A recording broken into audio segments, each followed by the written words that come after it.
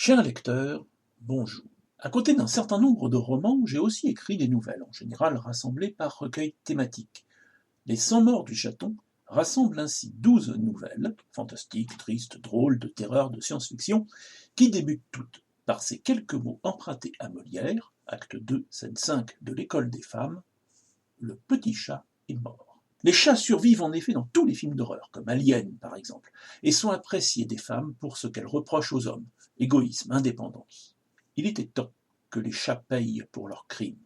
Extraite de ce recueil, la nouvelle que je vous propose s'intitule Le retour de l'abondance. Le petit chat est mort, affirma l'oncle en se lissant les moustaches. Derrière la gravité de l'aveu, on sentait tout de même la satisfaction, voire le soulagement. « Oh » firent les enfants en le regardant les yeux ronds. La mère jaillit. Elle sépara sa progéniture de son beau-frère sans cacher l'antipathie qu'elle éprouvait à l'égard de celui-ci. « Vous ne devriez pas dire des choses pareilles. Ils vont encore rêver toutes les nuits du chaton et faire des cauchemars. »« Je vous dis que le petit chat est mort !» affirma de plus belle l'oncle, une pointe d'agacement dans le ton. Mais la mère ne s'en laissa pas compter. « Et d'abord, qu'en savez-vous ? Je l'ai vu de mes yeux vus !» La mère tenta de bafouiller une réponse. Les mots s'en mêlèrent dans sa bouche. L'oncle poussa son avantage. « Alors, cette fois, vous ne dites rien, ma chère ?» Il s'amusait de la soudaine impossibilité de son adversaire à articuler le moindre argument. Il méprisait cette mégère qui a vu la sombre idée de se faire engrosser par son frère aujourd'hui décédé. « C'est impossible !» finit-elle par hurler. « Puisque je vous dis que je l'ai vu. Vous mentez !» L'oncle soupira en levant les yeux au ciel. Mais la mère fusilla du regard son beau-frère. Elle avança suffisamment pour le forcer à reculer de plusieurs pas. Dans un coin, les enfants se tairaient. Aucun enfant n'aime voir des adultes s'entre-déchirer devant eux. Devaient-ils prendre parti pour leur mère ? Certes, elle était leur mère. Mais l'oncle semblait tellement sûr de lui. Et puis jamais il n'avait menti. Alors que parfois, leur mère avait été obligée de reconnaître que, pour les protéger, elle ne leur avait pas dit toute la vérité, comme sur la mort de leur père, par exemple. « Vous mentez !» répéta la mère. Mais l'oncle retrouva soudain assez de vigueur pour contre-attaquer. « Voulez-vous des détails ? » ?»« Non, des mensonges détaillés sont de plus gros mensonges encore. Je ne veux pas de détails, mais des preuves. »« Des preuves !» sourit l'oncle. « Oui, des preuves. Bien, je vais vous en amener. » L'oncle partit sur un rire gras, un rire presque dément. Il sortit de la pièce en continuant de rire et se moquait, parodiant la mère et répétant sans cesse « Des preuves !» Quand la voix de l'oncle eut disparu dans le lointain, la mère se retourna vers ses enfants pour les consoler contre ses seins. « Ne vous inquiétez pas, nous allons déménager, nous allons partir loin d'ici. Vous ne le verrez plus, il cessera de vous embêter avec ce chaton mort. » Les enfants n'osaient pas l'interrompre. Ils n'osaient pas lui dire qu'ils ne voulaient pas partir, qu'ils aimaient leur oncle comme leur nouveau père. Après tout, c'était tout ce qu'il restait de leur famille. L'oncle était revenu, triomphant. Les enfants lui jetaient de temps en temps un regard de remerciement et d'admiration. Ils avaient si faim. Ils mangeaient à pleines dents le saucisson. L'oncle, qui avait déjà mangé en route, dit-il, en avait juste pris un morceau au centre.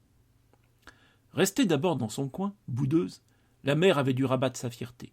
Elle aussi avait l'estomac dans les talons. Et elle avait commencé à manger du saucisson, non sans suspicion. Elle jetait des regards noirs à l'oncle de temps en temps. Elle ne pouvait pas se résoudre à admirer celui-ci comme elle avait admiré son mari, le père de ses enfants. Et son mari avait échoué à la nourrir, elle et ses enfants. Pourquoi son frère y parviendrait-il ? Par bravade de sa part, pour montrer qu'il valait bien le père des enfants, pour revendiquer de l'épouser ? La famille n'avait pas encore fini que l'oncle disparut de nouveau en riant. Il fut rapidement de retour avec du fromage, puis, à l'issue d'un nouveau voyage, avec un autre saucisson. Pour la première fois depuis longtemps, la petite famille était largement rassasiée. Les enfants dormaient sur un tas de paille, se tenant chaud mutuellement. L'oncle préférait le parquet et ronflait. La mère, elle, tentait certes de ne pas faire de bruit pour ne réveiller personne, mais ne parvenait pas à dormir. Comment savoir si l'oncle avait raison ? Il fallait qu'elle aille voir par elle-même. Et s'il avait menti ? Ne ferait-elle pas le jeu de son beau-frère en laissant les enfants sans défense à côté de lui ?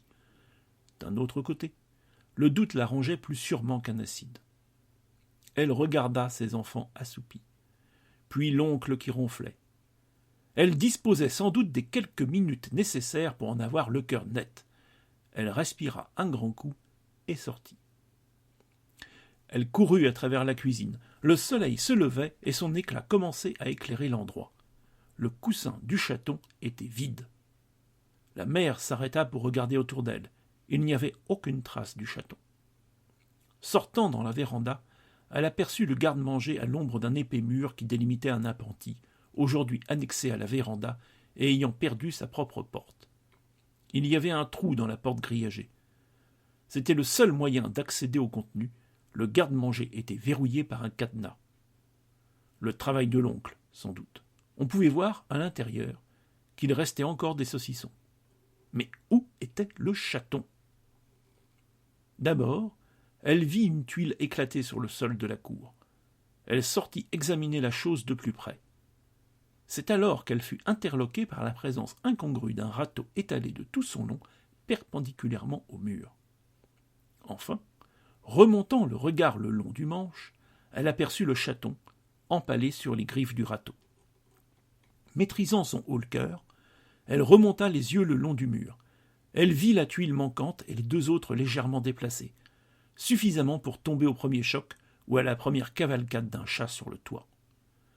L'oncle avait-il réussi là où le père avait échoué ? Il prétendrait sans doute qu'il avait lui-même entraîné la chute du chaton. Peut-être était-ce vrai.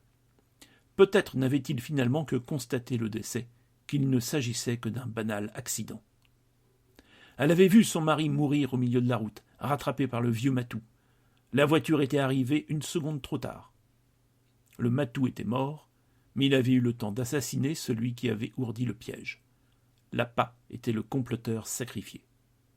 Quand le drame était arrivé, elle était enceinte. Les enfants étaient nés après, dans une période de disette. À peine le vieux matou avait-il été découvert mort qu'un jeune chaton était arrivé, plus vif, plus alerte, remplaçant l'expérience par la dextérité. La famille n'aurait, une fois encore, que peu de temps de répit. Elle devait faire des provisions. S'aidant de sa queue comme balancier, elle grimpa jusqu'au garde-manger. Pénétrant par le trou dans le grillage, elle traîna dans sa gueule la ficelle rouge, emportant avec elle un saucisson. Elle ne put s'empêcher de laisser sur place, sous le coup de l'émotion, une petite crotte ronde qui signerait sa culpabilité.